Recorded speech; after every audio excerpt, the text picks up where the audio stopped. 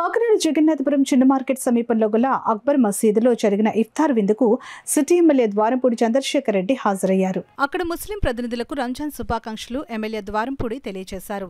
మసీదు కమిటీ అధ్యక్షులు షేక్ బబ్లు అధ్యక్షతన జరిగిన కార్యక్రమంలో సిటీ ఎమ్మెల్యేతో పాటు జేసీఎస్ కన్వీనర్ సుంకర విద్యాసాగర్, మాజీ కార్పొరేటర్లు కిషోర్, బొర్రా రమణ, ఉభయ గోదావరి జిల్లాల YCP minority cell zonal incharge Abdul Basheeruddin, జిల్లా మైనార్టీ సెల్ అధ్యక్షులు బాషా, నగర మైనార్టీ సెల్ అధ్యక్షులు ఖాలిద్ బిన్ వలీ, జిల్లా వక్ఫ్ బోర్డు అధ్యక్షులు రెహమాన్ ఖాన్, జిల్లా సంయుక్త కార్యదర్శి అబ్దుల్ రహీం, అజ్జు, హసన్ షరీఫ్తో పాటు పెద్ద సంఖ్యలో ముస్లిం ప్రతినిధులు, మసీద్ కమిటీ సభ్యులు తదితరులు పాల్గొన్నారు. అక్బర్ మసీద్ రావడం జరిగింది. ఇక్కడికి ఇఫ్తార్ విందులో పాల్గొన్నాను. పెద్దలందరూ ఆశీర్వాదాలు తీసుకున్నాం.